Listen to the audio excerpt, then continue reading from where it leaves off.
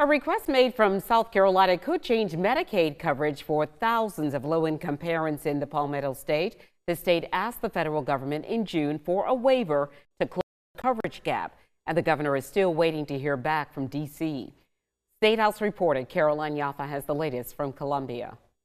For years, many South Carolinians have fallen into what's called the coverage gap, which means they make too much to qualify for Medicaid, but not enough to afford insurance on a federal marketplace. A request could change that. It's a half step in that direction of helping out some people who need help. In late June, Governor McMaster asked Washington for a Section 1115 waiver, which would let the state change its Medicaid program. Governor McMaster said in a letter, quote, granting South Carolina the authorities necessary to reinstitute this initiative will strengthen the Medicaid program's dual missions of financing health services and improving opportunities for independence, self-reliance, and prosperity for the state's citizens. The waiver says to be eligible, the plan would require a person to work or be enrolled in approved education for at least 80 hours a month. People have a very hard time predicting exactly how many hours they're working, having those hours actually show up, and then record them correctly.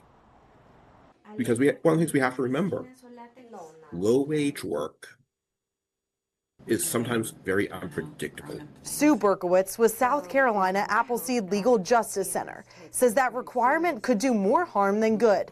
She says she has lots of questions for the governor.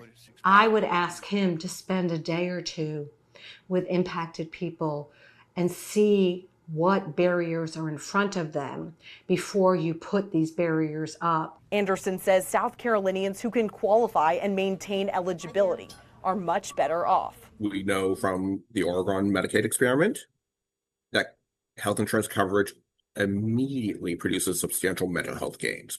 It produces substantial financial protection. The waiver was filed in late June, and the federal government is now reviewing it. Experts say a decision could take several more months. In Columbia, I'm Caroline Yaffa. Officials say the expansion will not cover everyone, but for thousands, it could help them with health insurance.